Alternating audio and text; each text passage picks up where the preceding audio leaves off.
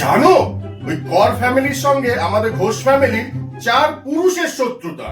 ও মা, তাই নাকি?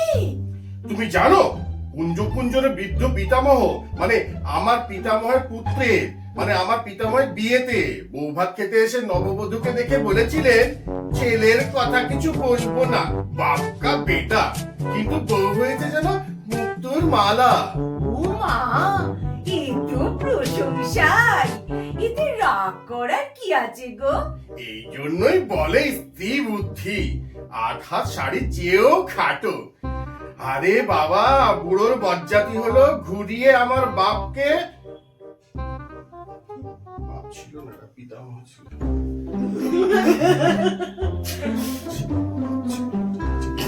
বাপকে বাঁদর বলা হয়েছে, তার কি বলে?